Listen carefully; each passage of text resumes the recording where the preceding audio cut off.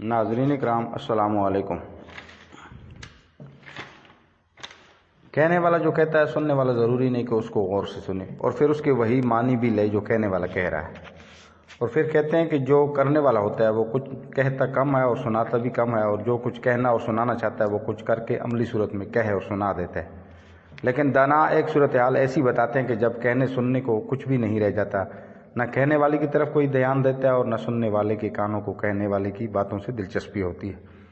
कहने वाले का कहा बेकार जाता है और सुनने वाला कान बंद करके अपनी सी करने में मगन हो जाता है। खुदा न करे कि कभी ऐसा वक्त आए कि जब कहने सुनने की ज़रूरत ही महसूस न की जाए, लेकिन उसे क्या कहिए और क्या कीजिए कि बाज़ औक़ात हालात ऐसे करवट बदल लेते हैं और ऐसा माहौल बना देते हैं, कहने और सुनने वालों के दरमियान ऐसी खलीज हायल होने लगती है कि वो अपनी अपनी जगह तुन कर बैठ जाते हैं। कहने वाला अपनी ही सुनाने पर मिसा रहता है और सुनने वाला सुनने के लिए तैयार नहीं हो पाता। ऐसे लम्हे की आमद का ख़तरा हो तो फिर अपनी अपनी जगह सबको अपने तर्ज अमल और तर्ज फ़िक्र में तब्दीली कर लेनी चाहिए। आज के दौर का एक मसला ये भी है कि असूल, रवादारी और जवाज़ लोगों के जहनों से, लोगों की ज़िंदगियों से उठता चला जा रहा है। ये अल्फाज हमारी ज़िंदगी से खारिज हो रहे हैं कि ये हकीकत नहीं है कि हमारी ज़िंदगी बेशुमार सानवी अशिया का मजमुआ है और ये कि सानवी चीज़ मिलकर उसे काबिल बर्दाश्त बनाती है।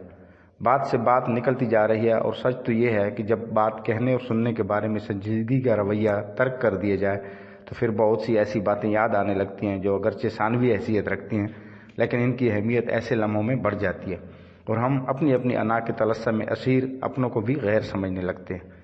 तख्त व ताज के वारिस लोकाई को रियायत समझने लगते हैं और यूं मुकालमे की वही सूरत बन जाती है कि गैरों से कहा सुना जाता है, हम सब का एक वतन है, हम सब इसी मिट्टी के वफादार हैं, इसकी बेहतरी चाहते हैं, इसके अवाम की बेहतरी चाहते हैं। जब ये अकीदा हो तो फिर बाज़ औक़ात हैरत होती है कि कहने वाला अपनी बात पर क्यों मिसर है, वो अपनी बात को सिर्फ आखिर क्यों करार देता है।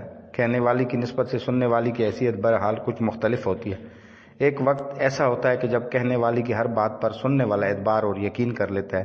कहने वाले अक्सर एक गलती कर बैठते हैं कि वो समझते हैं कि सुनने वाला हमारी कही हुई बात से ही मुतमिन हो जाता है, इसलिए कुछ करने की क्या ज़रूरत है, जिसका नतीजा ये निकलता है कि सुनने वाले का कहने वालों की बातों पर से यकीन और एतमाद उठता चला जाता है और वो बार बार कही जाने वाली बातों को जब अमल की सूरत में नहीं देखता तो अपने कान बंद कर लेता है।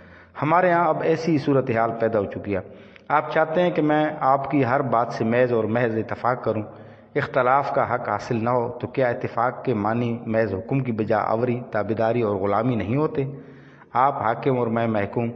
सवाल यह है कि ये हाकिम और महकूम का चक्कर कब तक चलेगा, क्योंकि ना आप इंसान बन पा रहे हों ना मैं। आज हमें अपने समाज को देखकर ऐसा लगता है जैसे यहाँ इंसानों का कहता आ गया हो। हमारी ज़मीन वो बंजर ज़मीन बनकर रह गई है जो इंसान नहीं सिर्फ मशीनों को जन्म दे रही है। वो मशीन जो हर एहसास, जज्बात, फ़िक्र, सोच, ख्यालात से खाली है, बेहिसी की इंतहा, फ़कत दौलत तैयार करने वाली मशीनें हैं जिन्हें प्यार, मोहब्बत, सुकून और अख़ुवत की कोई ज़रूरत नहीं होती।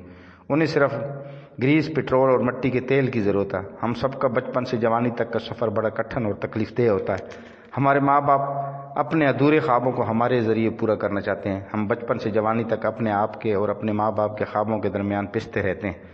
असल में हम रिश्तों को भी अपनी जागीर समझ बैठे हैं, जहाँ कोई बात हमारी मर्ज़ी के ख़िलाफ़ नहीं होनी चाहिए। लिहाजा इस चक्कर में हम दोस्तों की मर्ज़ी को घास तक नहीं डालते, बस अपनी मर्ज़ी का ढंढोरा पीटते जाते हैं। वमा अलैना।